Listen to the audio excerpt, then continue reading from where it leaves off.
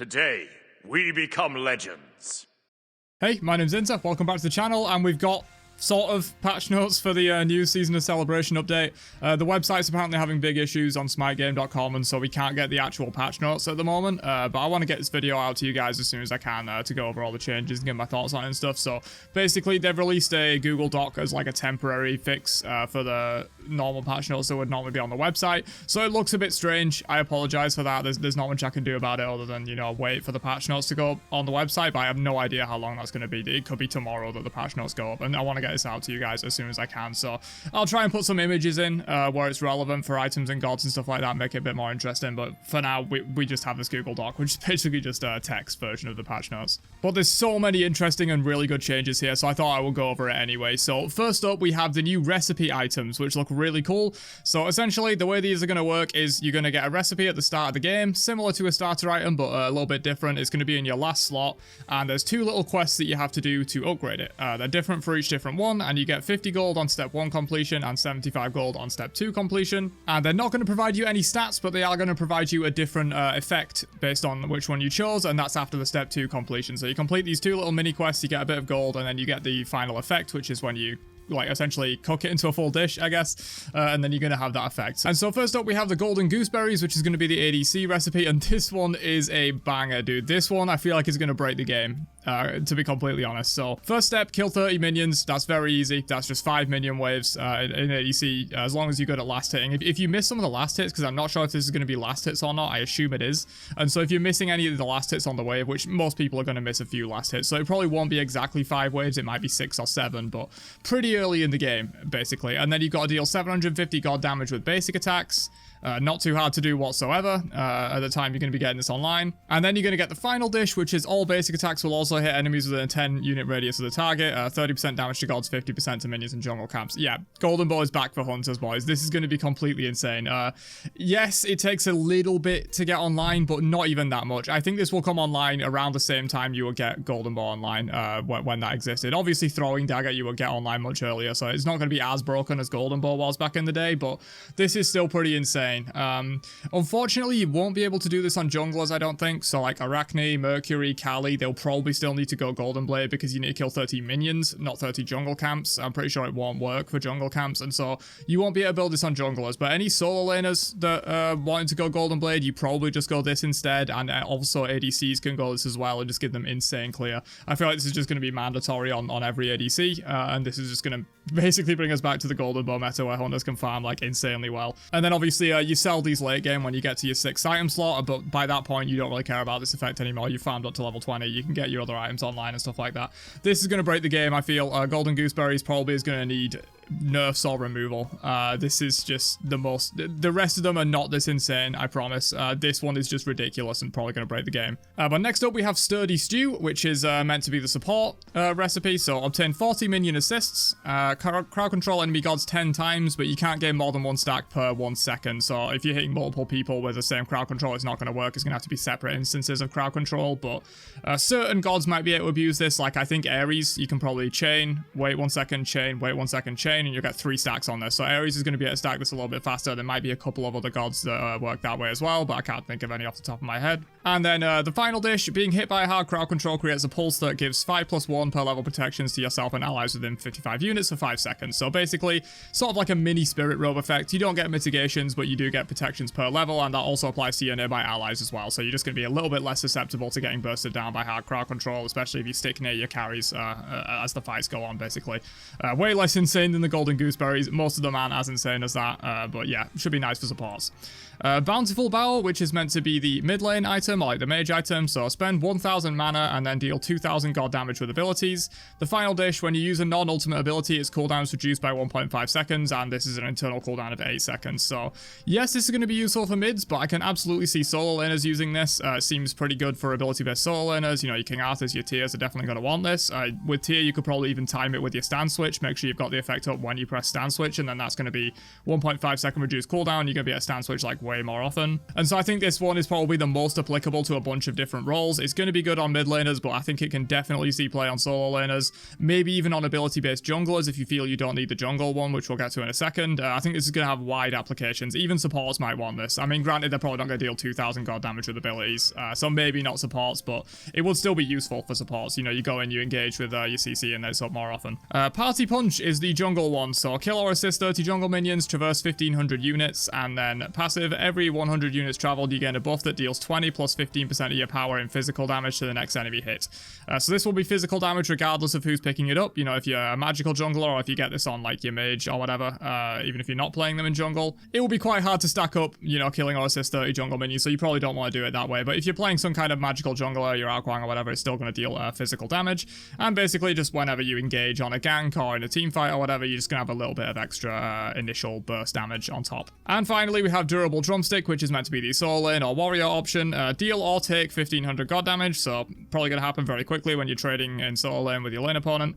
Successfully damage an enemy god 20 times with basic attacks or abilities, once per 2 seconds on the internal cooldown there. And then the final dish, being out of combat for 5 seconds grants you a buff that reduces the damage of the next basic attack or ability from a god by 20%. So basically, when you engage, if they're going to throw like a big, you know, Scylla 1 into 2 combo at you, you're going to take a little bit less damage from that. And probably has a little bit of viability on supports as well, maybe. Mainly going to be for solo laners, I think. But supports could absolutely get this done by taking mostly god damage and not dealing quite as much, and then they can damage people pretty easily. They can just walk over. You might be stacking your Prophetic Cloak, and you get double synergy with this and stuff. So some of these can cross roles, absolutely. You know, solo laners like Amaterasu probably do want Golden Gooseberries, for example, and, you know, Sturdy Stew could maybe cross over. Bountiful Bow, I think, is going to be one that's useful on a lot of different roles.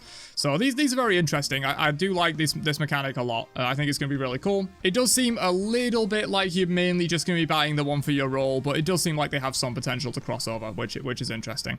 Some additional notes here. You can only have one recipe at a time and only have a purchase one. That makes sense. It's like starter items. It's slotted in the last inventory slot. Can be sold at any time for no gold, so basically you're just selling it when you need that 6th item slot available. And Party Punch, which is the jungler option, is disabled in Arena Assault because you have to kill or assist 30 jungle minions. That's not going to happen in Arena Assault. Maybe if the game goes like 40 minutes in Assault, maybe, but yeah, not going to happen there. So moving on to general item balance. First up, there's a bunch of changes for starter items here. So Mannequin Scepter's gone down in 100 gold, and Mannequin Mace gets more health and 15% attack speed.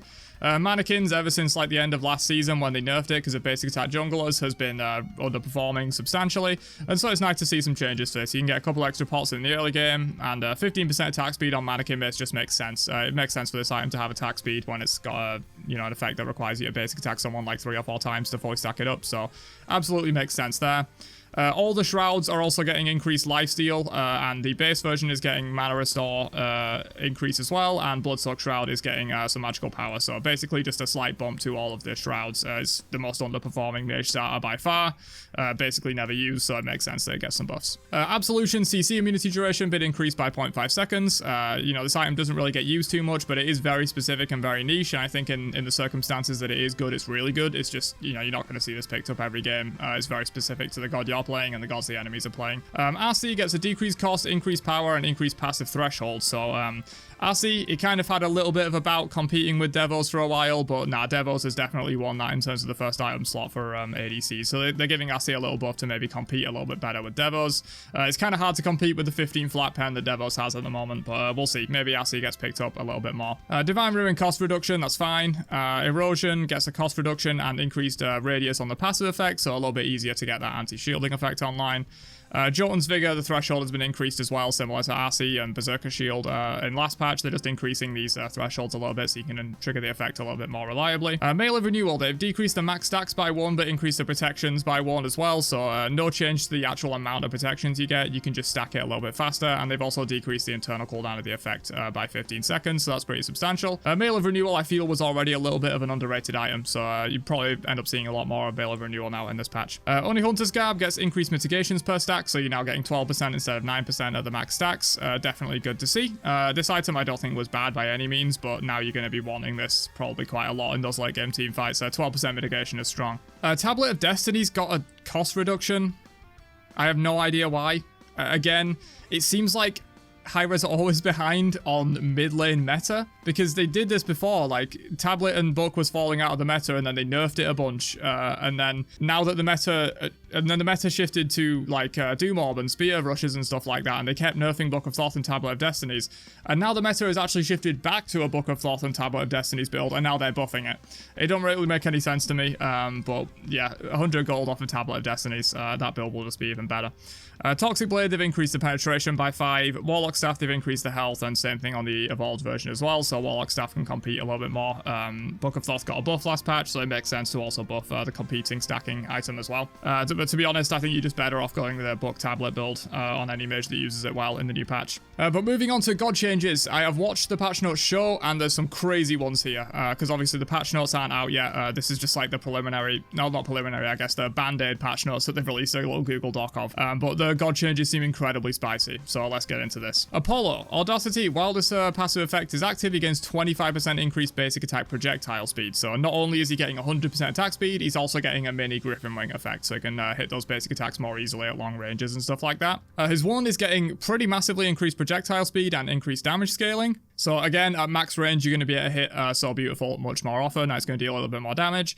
Serenade now also provides magical protections as well as the physical protection. So once he measures people, he's going to be getting protections of both kinds now.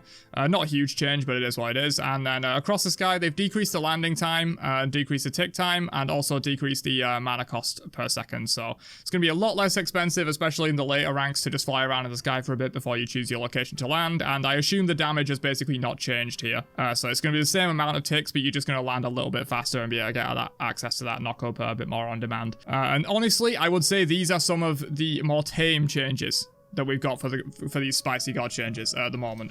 There's some crazy changes in this patch, so let's just continue. So Chernobog, Crystallized Curses, they've increased the speed of it, they've decreased the minimum airtime of it, they've increased the collision radius, and this ability now slows enemies by 25% for 2 seconds on the initial hit, so it's going to be a lot easier to get that 1-2 combo on Chernobog. It's kind of his bread and butter, and now it's going to slow people, so they'll be in the radius more often, so you can 2 it and get that route off. Vicious Barrage, they have shifted the duration to 4 seconds at all ranks, so better early game, worse late game, and they've decreased the cooldown to 7 seconds from 12. That is kind of insane, because this buff provides a lot of attack speed. It's a very big attack speed steroid, so he's going to have that up way more often now. And you'll also have it up guaranteed every time you have your one, so these are some big Chernobog buffs. They've also decreased the mana cost of it a little bit. And for his 3 as well, Into Darkness, they have decreased the total dash time, increased the damage of it, and removed the slow debuff effect from this ability.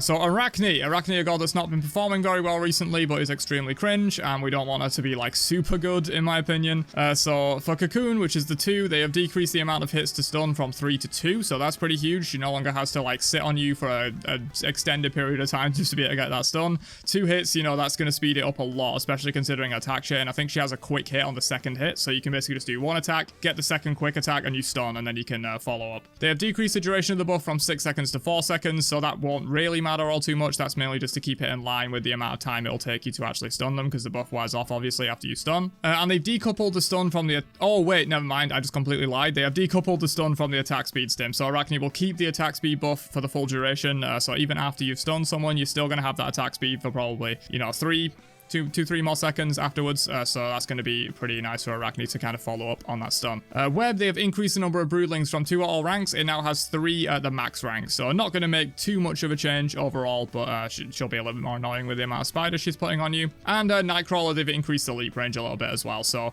fairly tame Arachne changes overall, which is good to see. I don't want Arachne getting like some insane buffs that makes her completely top of the meta, because she's a very frustrating character to play against, but definitely she was in need of some buffs, I would say, and so I think these are overall quite good. Pele, using her 1 Pyroclast, this ability now provides fuel on successful hit of an enemy, so you can use your 3 a lot more often if you're like wanting enemies in fights, so you're gonna increase your maneuverability quite a bit there. And Volcanic Lightning, they've increased the number of hits on the basic attacks from 3 to 4, so you're gonna get a little bit more of that cone, and they have decreased the basic attack damage reduction from 50% to 40%, so you're now gonna be dealing more damage with those basic attack AoE hits, because that's a decrease in the reduction, so it's gonna actually be doing more damage on all of those hits hits, and she also gets 4 of those AoE hits now instead of 3. Raijin, charge tempo. Every basic attack on enemies reduces Raijin's non-ultimate cooldown by 0.2 seconds, so he's going to have cooldowns up much more often now. And Raiju, they have added some damage on the initial hit of landing Raiju before you actually detonate it, so a little bit extra damage there. Thunder Crash, they reduced the pre-fire and setup times, so he's going to be teleporting a little bit faster. This seems small, but it will actually be a pretty big deal because normally you can, like, if you time it right, you can hit Raijin out of his 3 before he actually teleports away, and so reducing this is going to make it a lot more reliable as a movement option. And Taiko Drums, Raijin now gains attack speed per rank of this ability. That is interesting. So they're trying to give Raijin a little bit of basic attack synergy. You know, here every basic attack on enemies reduces their cooldowns, and now they're giving him attack speed per rank of his ultimate. Probably going to be a very ancillary mechanic. It's maybe just going to let him basic attack to activate Raiju a little more effectively, and of course that new mechanic where it's reducing his cooldowns. If you want to try attack speed Raijin, you absolutely can. I don't think it's going to be the way to play. It's just going to be a little bit of a nice extra buff for him to get a little bit more damage out overall. Thoth getting some major buffs. I recently discovered everyone hates Thoth. I made a top 10 most cringe god list, and a lot of people commented that Thoth should be on there. I completely disagree. I don't think Thoth's that bad, but apparently a lot of people hate Thoth. But he's getting buffs, so have fun, boys. Thoth now gains an additional 1% magical penetration per stack of his passive. Hieroglyphic Assault, his 1 now deals 25% more damage to jungle minions, so they may be trying to make Thoth a jungler. I don't know if that'll work all too well, but it will also help him clear like mid camps and his own red buff and all that kind of stuff. So even if you're not playing jungle Thoth, this will still help, even in mid. Glyph of Pain, they have increased the basic attack damage by attacking through the glyph, so a little bit more synergy there, both for himself and for like if his ADC wants to like shred objectives or phoenixes through the glyph, or like fire basic attacks through it in team fights. And Final Judgment, they have increased the damage by 20 at all ranks and 10% scaling. Probably not necessary in my opinion. This ability already hits really fucking hard, but yeah, some Thoth buffs there. I don't think they were really needed, if I'm going to be completely honest. I don't think Thoth needs to be in this section of like really spicy changes to make him a lot better. I think Thoth was kind of fine, but he was underperforming a little bit, so it makes sense to see some buffs. But yeah, probably expect to see a lot more Thoth now. I don't think it was that bad, and he's just got a lot of major buffs here. King Arthur. Why? Why are they buffing Arthur? I say this is an Arthur main, by the way. Like, I don't think Arthur's that bad. Everyone shits on him and says he's terrible at the moment. I think it's because he has like a low win rate overall, but I think people just don't want to admit that King Arthur does take a bit of skill to play. I think people don't want to admit that, but I don't think he needs buffs personally, or maybe like small buffs, not this level, but let's go through them. So Steadfast, they have decreased the duration from 15 seconds to 10 seconds, and this is on the mitigation and energy gain from his passive. They've decreased the max stacks from 4 to 3, but they've increased the mitigation per stack from 1% to 2.5%. So overall, he is going from 4% mitigation to 7.5 if he's at max stacks, so a pretty big buff there overall, but the duration is going to be slightly less. You're probably never going to have a problem keeping this up as long as you're fighting a god, because 10 seconds, Arthur has like 5 abilities up every 10 seconds, so like you'll be completely fine keeping it stacked up overall, but maybe once you've stopped fighting someone, it's going to be a little bit less duration of keeping it up. And he also now gains 5 HP 5 per stack, which is actually huge. You know, Arthur, no innate sustain in the kit. Since they removed Glad Shield, he has struggled a little bit.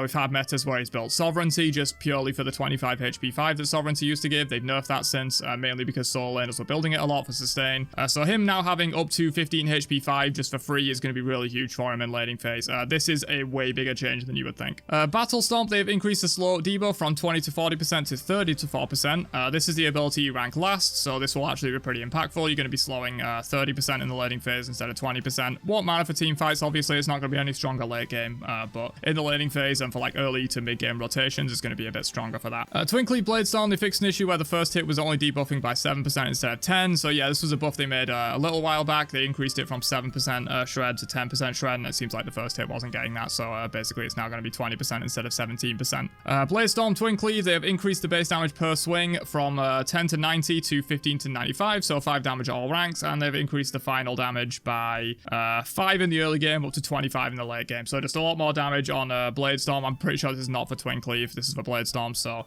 Bladestorm going to be doing a lot more damage.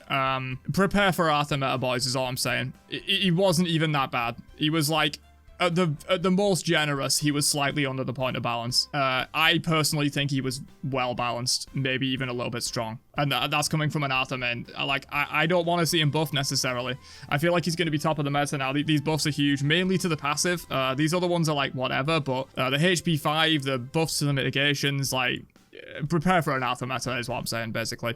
Osiris also getting some really big changes. This is a warrior that is genuinely not very good. Arthur was underperforming, but was not that bad in my opinion. Osiris is underperforming and definitely was bad, so these changes should be good for him. Fragmented, they've increased the magical damage mitigation from 1% to 2% per fragment, so doubling that is pretty huge. He's now going to get 16% instead of 8%. And it also now increases your attack speed by 20% while all stacks are active. So once you get that passive online, you're getting that haste on your basic attacks. You're also going to have 20% attack speed to chase people down and deal more damage effectively. And when you ult, you're also going to get this guaranteed because he activates his full passive when he ults. Probably the bigger change though is Sickle Strike now passes through and damages minions for 50% of the total damage. So this not only buffs his wave clear in general, because you could like throw it through the melee minions, tag the enemy god, group them up and do your usual Osiris things of AoE autos and 2 to clear the minion wave, but it also just gives you like potential to fight a lot more, because you're not going to get your one blocked by minions if the enemy solo lane is standing in them, because solo laners, they're melee characters for the most part. They're usually standing like in their own warriors hitting your wave, and so you can't really one them with reliable accuracy. It's just going to hit a minion, whereas that won't happen anymore. It'll hit the minions, go through and hit the enemy god, and you can have a lot more kill potential that way. So this Sickle Strike, enormous buff, enormous buff. Whether it will be enough to bring Osiris into the meta, I don't know, because he was pretty bad, but yeah, prepare to see a lot of Osiris, because as someone who plays not even that much Osiris, I'm incredibly excited to use him now, because this is actually a huge buff. And so any Osiris mains, they're going to be coming out of the woodwork and destroying you, I imagine, especially because no one knows how to play against Osiris anymore. He's been bad for so long.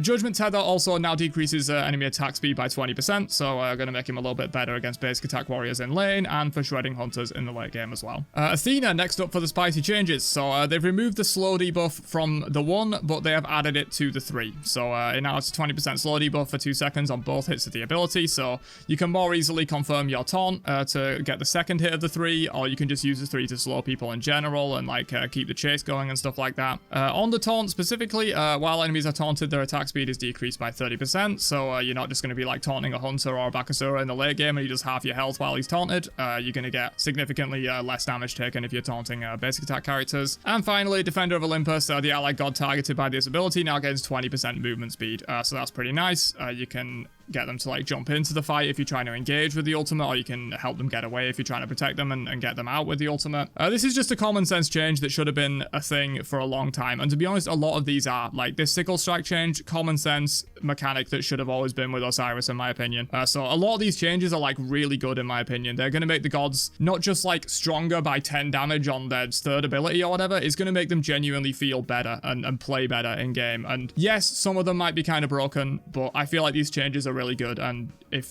more balance is needed, they've got a bonus balance update, they've got a few more patches before the end of the year that they can fix these things. But yeah, these buffs look really good in my opinion. Ares though, we may just change our tune, because Ares is getting some major buffs and I don't know why. I understand the idea of wanting to change Osiris, and I think these changes are sick actually. I do think these changes are sick like thematically, but Ares did not need buffs. Ares was already a top support after the changes they gave him last patch, and if they were going to do this, they should have brought more nerfs. They brought like 1 nerf, I think, but some major buffs. So they've increased the base attack damage from 38 to 40, and they've also changed his bonus basic attack damage per level from 1.55 to 4. So he's now getting 4 extra basic attack damage per level instead of 1.55, and he's now getting 2 extra on his base. So basically, every time you're basic attacking people, usually in between your chains or after your flames or whatever, you're just going to be dealing a lot more damage with those basic attacks now. It's nothing to do with power, he just gets basic attack damage scaling.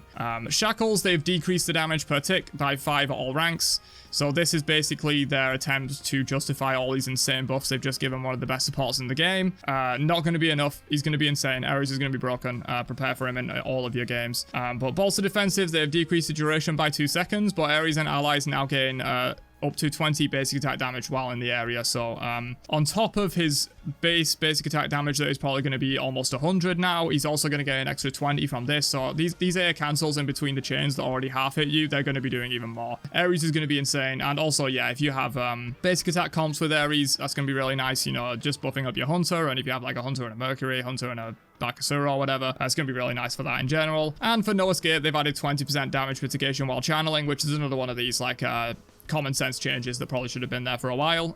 Really nice to see. But yeah, Ares is going to be broken. Nerfing the duration of this by 2 seconds and nerfing the damage of Shackles by 5 damage per tick at all ranks is not going to stop this. He was already one of the better supports in the game. He's now going to be the best support in the game, I think, unquestionably.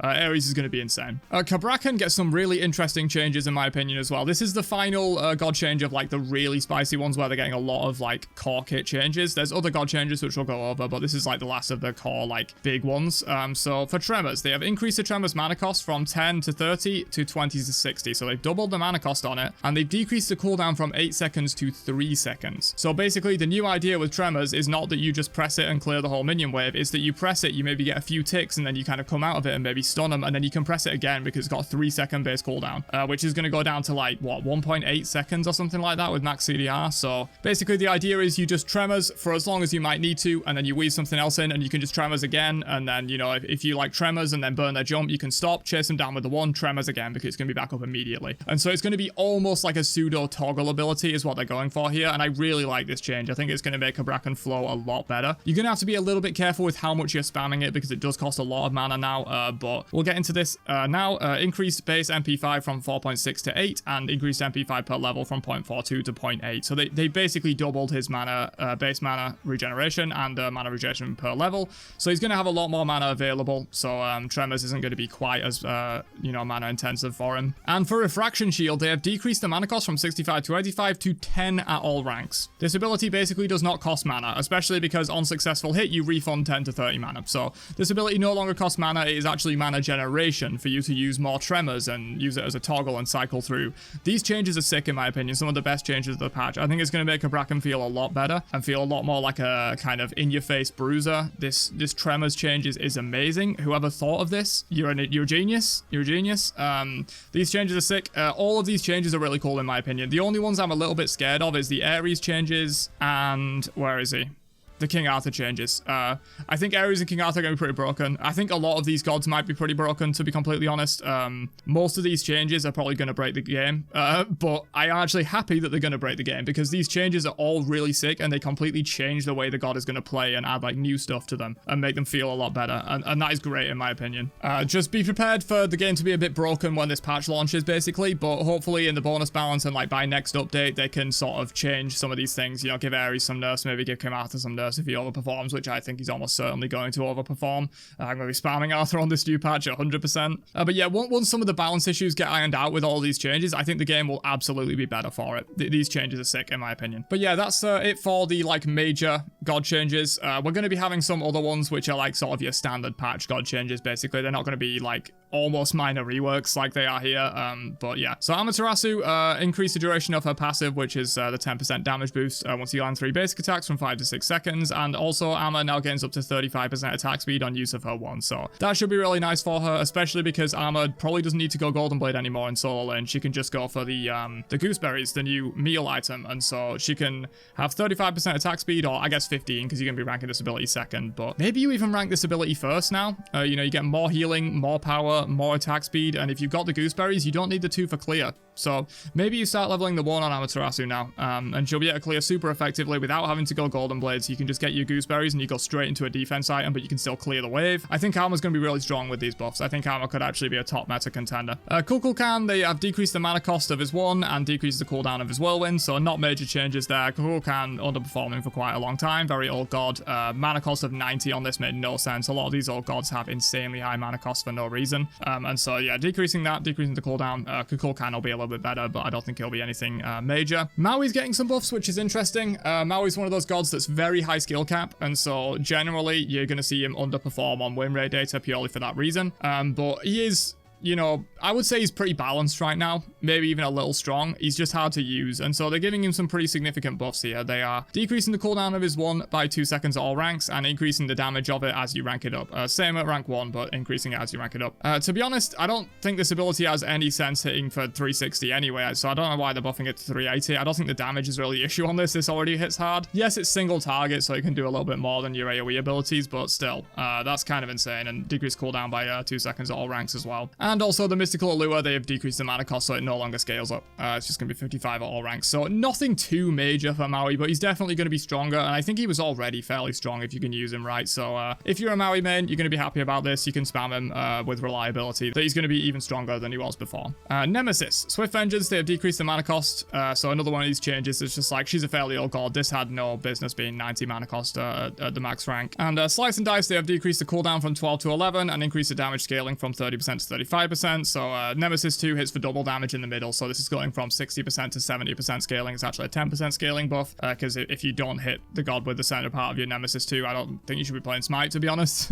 That is the easiest thing to do ever. So yeah, basically this is getting a 10% power scaling buff and a 1 second cooldown reduction. Nemesis was fine, and so yeah, some small buffs makes sense. Skadi, Permafrost now gains slow immunity while she has the movement speed buff, so this could be pretty interesting. You know, she has a little bit potential as a counter matchup now into maybe certain hunters that have slows like Anhur or whatever. You can just counter the pillar slow. You can counter like Ares chain slows and stuff like that and juke the other chains a lot easier. So this could be very huge for Skadi in certain counter matchups, but probably won't make her overall that much stronger. Ymir, they have increased his MP5 per level and decreased the cooldown of Ice Wall, so it's now 11 seconds in the late game. I like this. It's always good to see Ymir have more opportunities to wall people off. It's always very hype when good Ymirs use the wall, so good changes here. And finally, we're getting into some nerfs. So Baba Yaga, they have decreased the burst damage from her Home Sweet Home when it initially comes down by 5 at all ranks, and they've decreased the shield health from, it's going to be the same in the early game, but it's decreased pretty substantially in the late game, up to 60 there. So Baba definitely needed some nerfs. I would have honestly nerfed her more than this. I think Baba is like super underrated strong. Like Baba's like really good. The ultimate specifically, which is what they hit,